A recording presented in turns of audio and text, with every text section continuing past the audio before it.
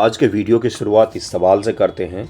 ज़रा इस सवाल को पढ़िए, क्या लिखा हुआ है कि कभी कभी समाचारों में दिखने वाला प्रोजेक्ट लून किससे संबंधित है।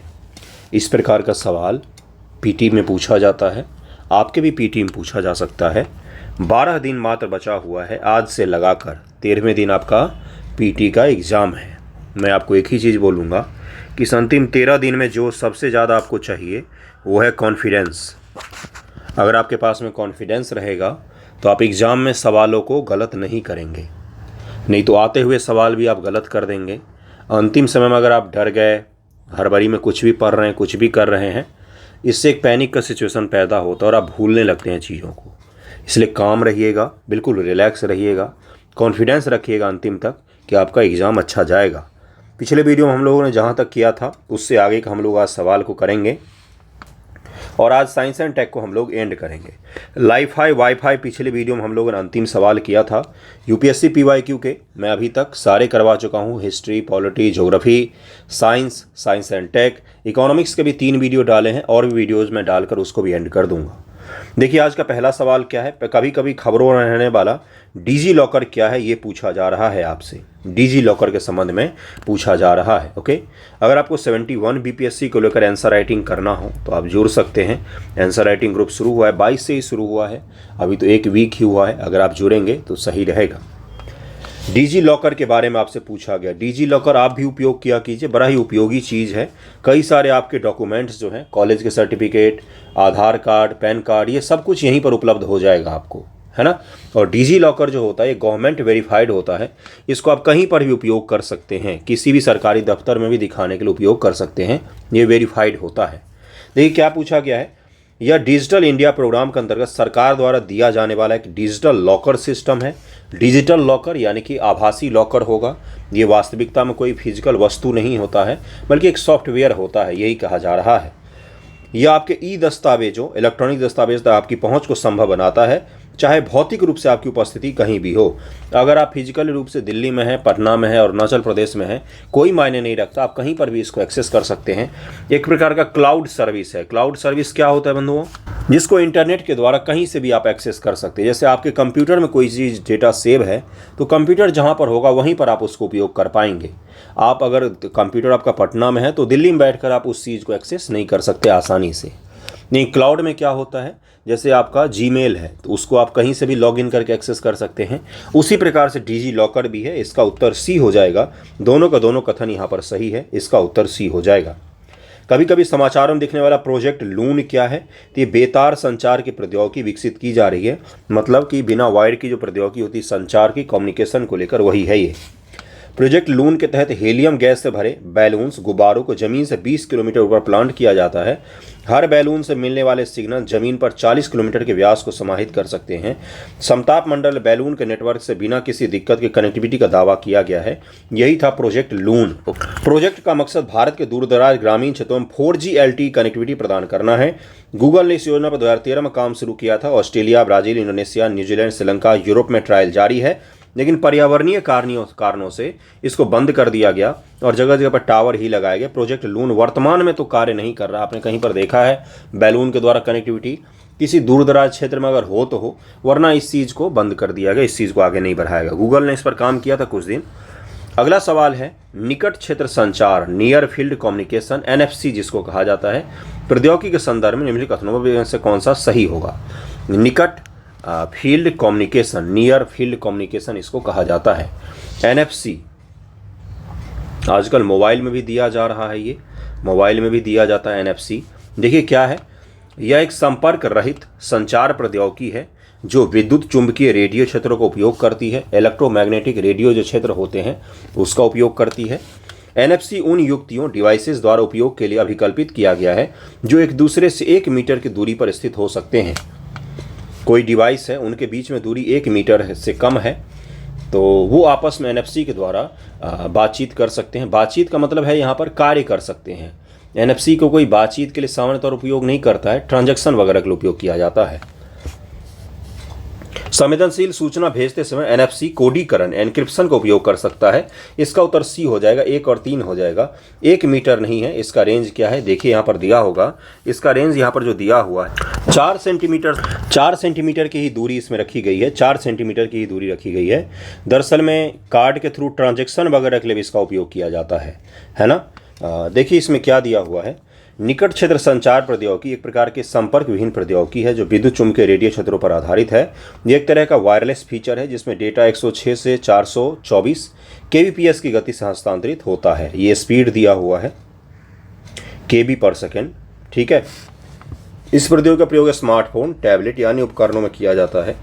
रेडियो संचार स्थापित करने के लिए उपकरणों के एक दूसरे के पास लाया जाता है। NFC RFID radio frequency identifier प्रणाली में सुधार करते हुए दो छोर के बीच दो तरफा संचार को भी संभव बनाता है। ओके, इसका उपयोग कहाँ पर होता है तो मोबाइल पेमेंट, डेटा विनिमय, वाईफाई जैसी डिजिटल संचार स्थापना प्रक्रिया को सरल बनाना है।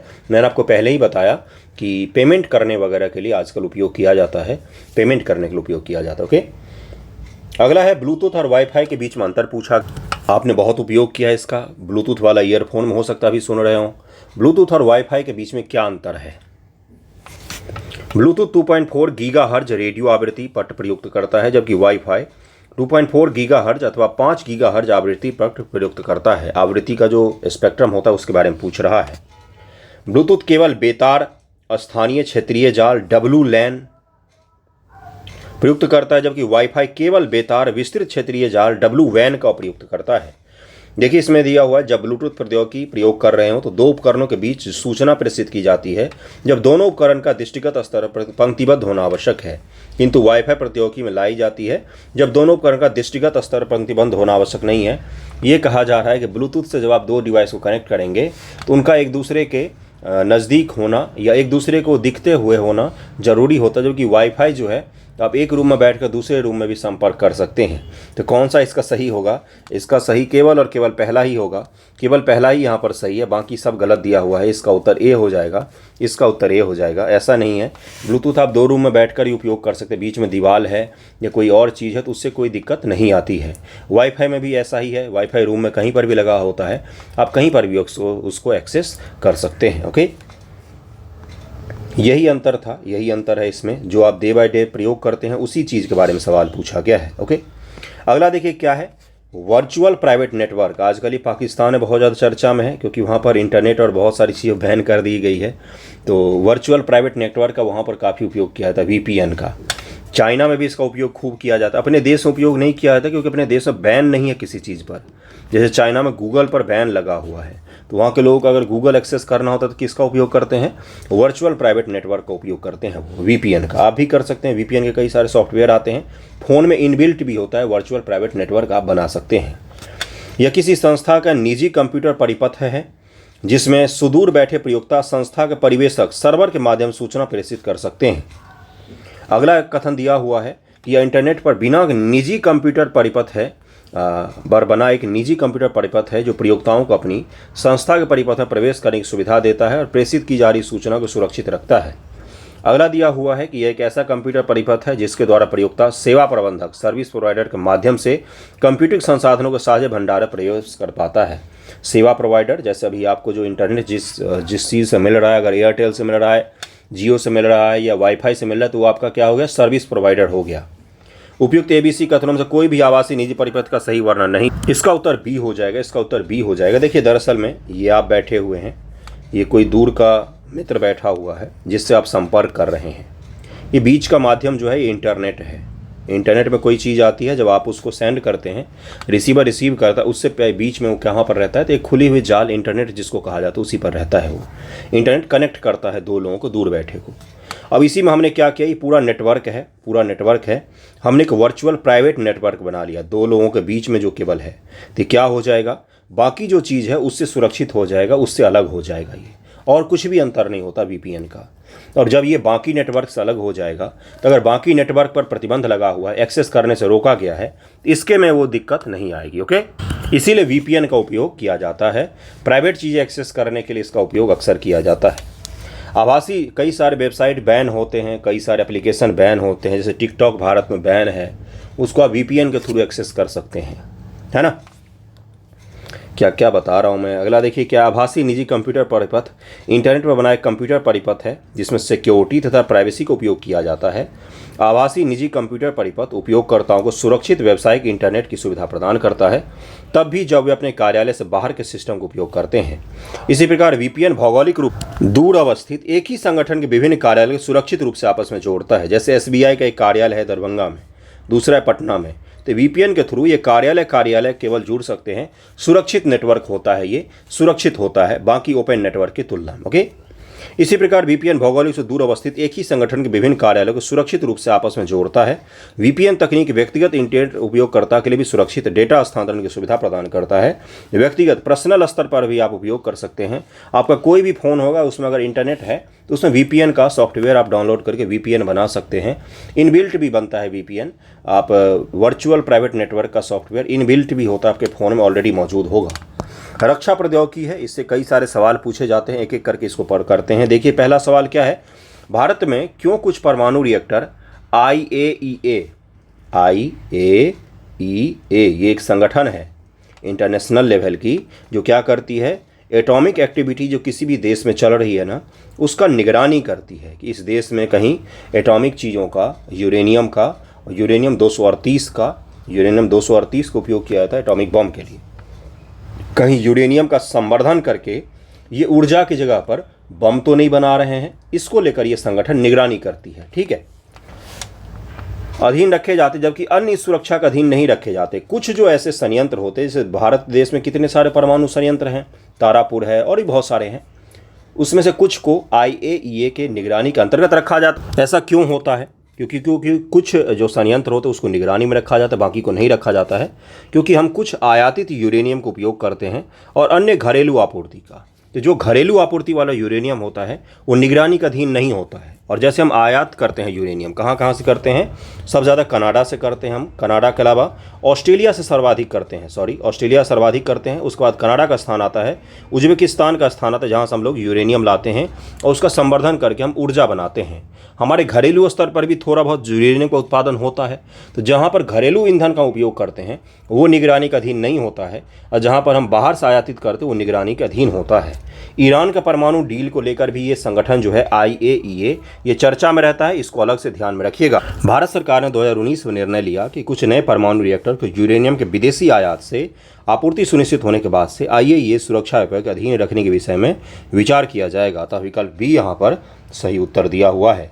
कभी कभी समाचार में उल्लेखित terminal high altitude area defence, क्या कहा जाता है इसको, थार्ड सिस्टम, जो अभी भी चर्चा में है।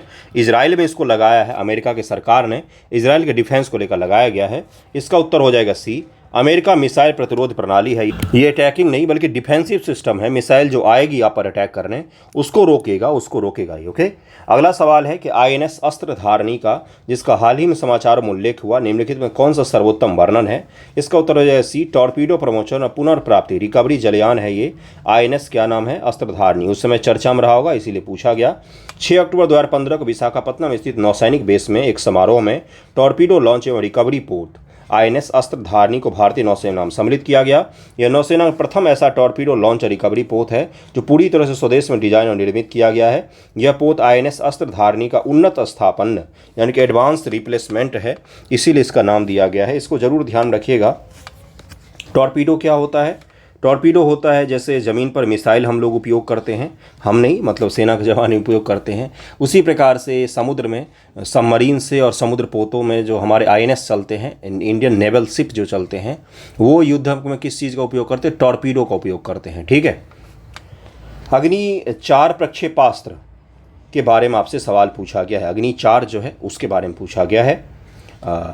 ICBM intercontinental ballistic missile system, इसमें कई सारे बनाए गए, जिसको शॉर्ट फॉर्म में पटना कह के आप याद कर सकते हैं।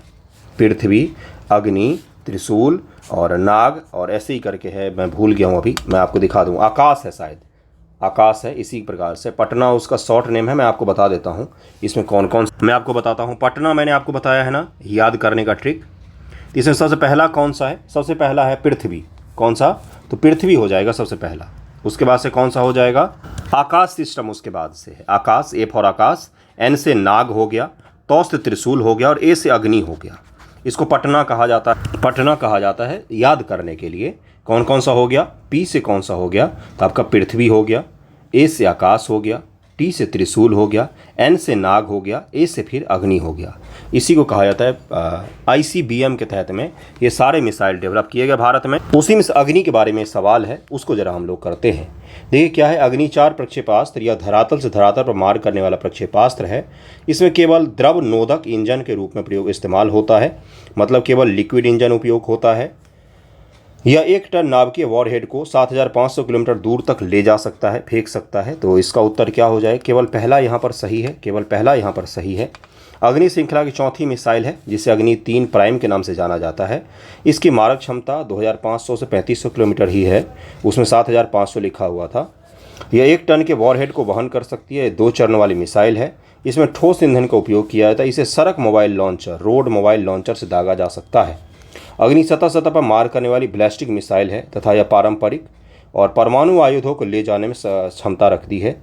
अग्नि प्रक्षेपास्त्र के विभिन्न संस्करण हैं, जिसमें अग्नि 1, 2, 3, 4, 5 और अब तो अग्नि प्राइम भी बनाया गया है। पहला जो है उसकी मारक क्षमता 700 से 1250 है। दूसरा है उसका 2500 किलोमीटर है। तीसरा है 3500 किलोमीटर।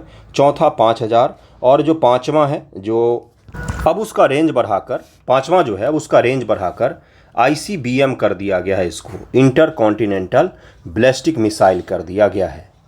ठीक है, अब इसका क्या तात्पर्य होता है कि ये एक कॉन्टिनेंट से दूसरे कॉन्टिनेंट तक मार कर सकती है, एक कॉन्टिनेंट से दूसरे कॉन्टिनेंट तक मार कर सकती है। ये इसका रेंज 10,000 किलोमीटर भी माना जाता है।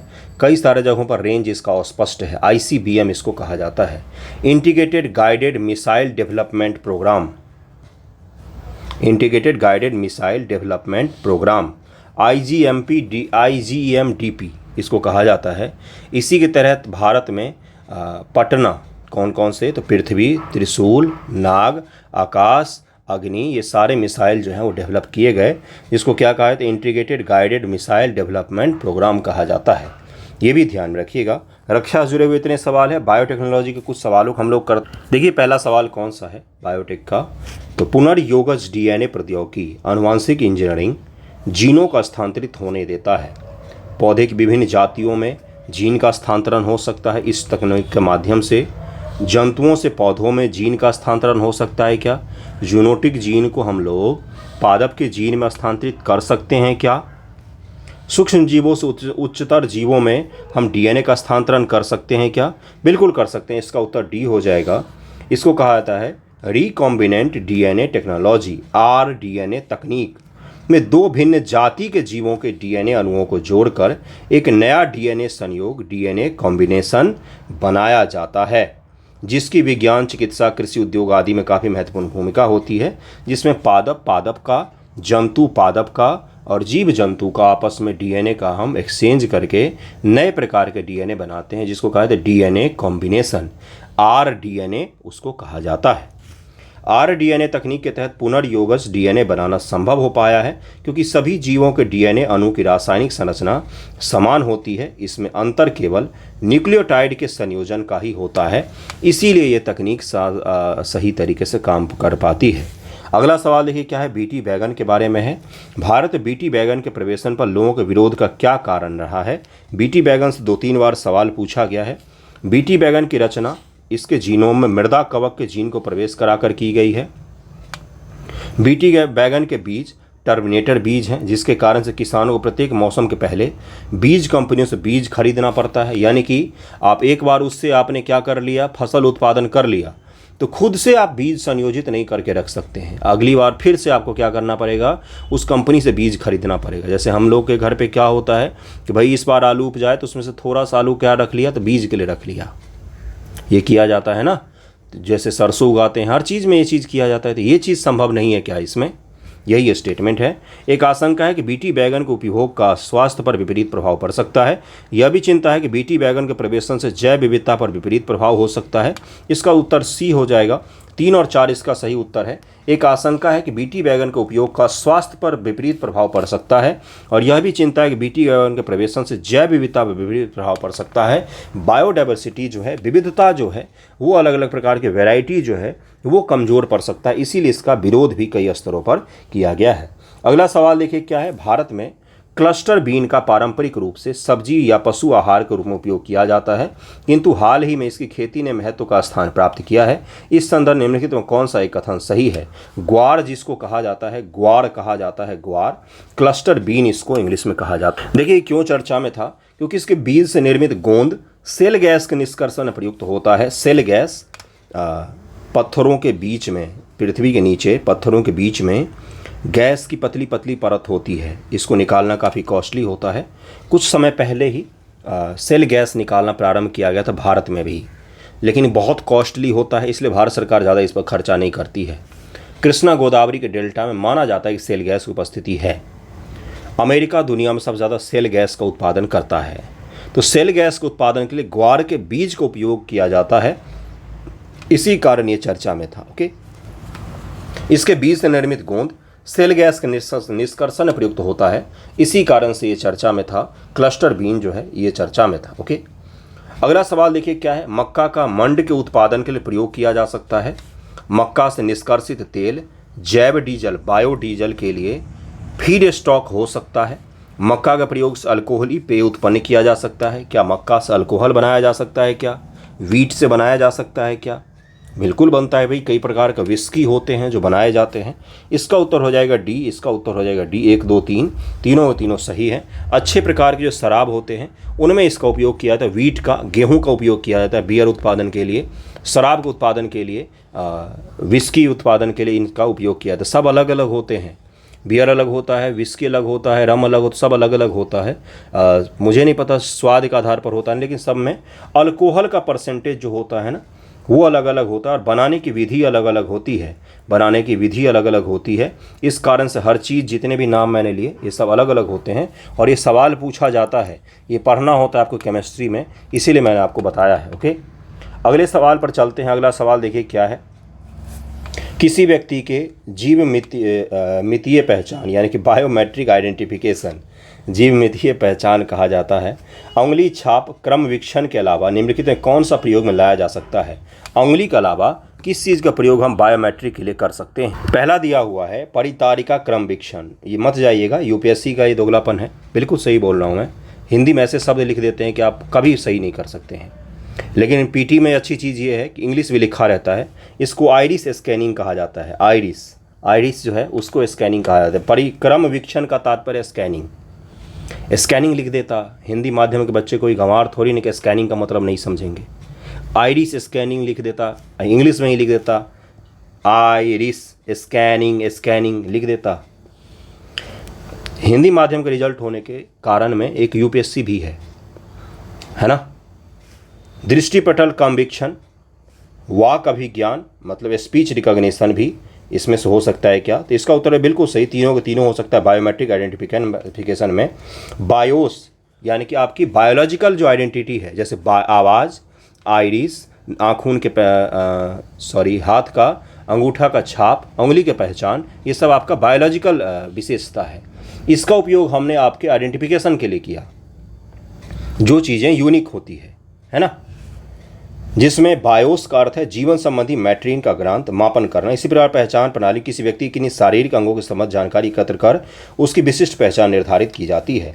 इस प्रक्रिया में केवल फिंगरप्रिंटिंग का उपयोग किया जाता है, लेकिन वर्तमान में कई अन्य प्रकार के जैविक संसूचकों, बायोलॉजिकल इंडिकेटर्स का उपयोग किया जाता है जो निम्नलिखित हैं। जैसे आइरिस का, दृष्टिपटल का हो गया, डीएनए फिंगरप्रिंटिंग हो गया, फिंगर स्कैनिंग हो गया, वॉइस हो गया, रेटिना स्कैनिंग हो गया।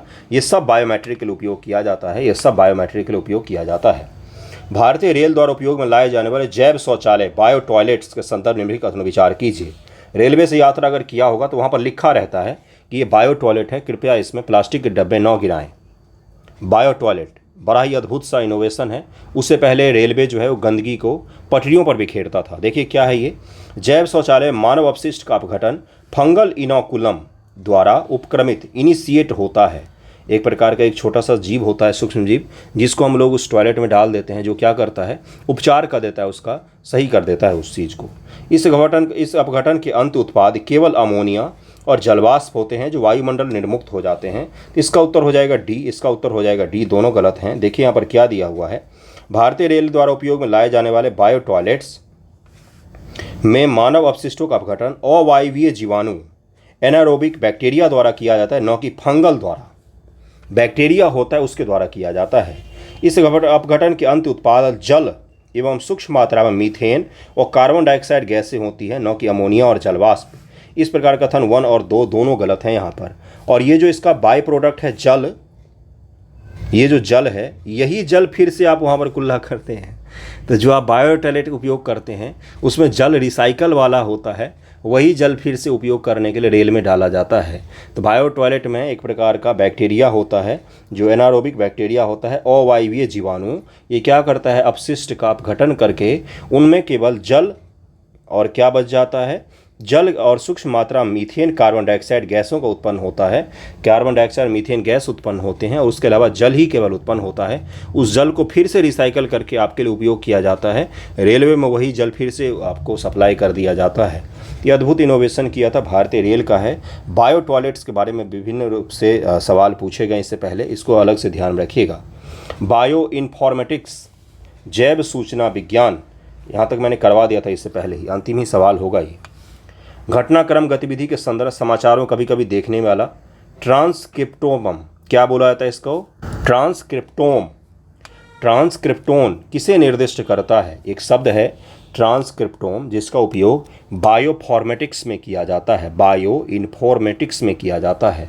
बायो इन्फॉर्मेटिक्स में ट्रांसक्रिप्टोन का उपयोग किया जाता है। समाचारों में क्या होता है ये, किसी जीव द्वारा अभिव्यक्त mRNA अणुओं की पूर्ण श्रृंखला को क्या कहा जाता है, ट्रांसक्रिप्टोन कहा जाता है। ट्रांसक्रिप्टोन किसी जीव द्वारा अभिव्यक्त mRNA मैसेंजर RNA अणुओं की पूर्ण श्रृंखला को निर्दिष्ट करता है। इसी को क्या कहा जाता है, ट्रांसक्रिप्टोन कहा जाता है, ट्रांसक्रिप्टोन कहा जाता है। इससे पहले कि मैं सभी सवाल आपको करवा चुका हूँ। साइंस एंड टेक के जितने भी सवाल थे 10 साल के, 12 साल के, वो सारे मैंने, और साइंस के जितने सवाल थे वो सब करवा दिए हैं। इसके साथ ही हमारा साइंस एंड टेक भी कंप्लीट हो गया है। History, polity, geography, science tech, science सारे कंप्लीट करवा दिए हैं मैंने। अच्छे से पढ़िएगा, इसको रिवीजन कर लीजिएगा। थैंक यू सो मच आप सभी का।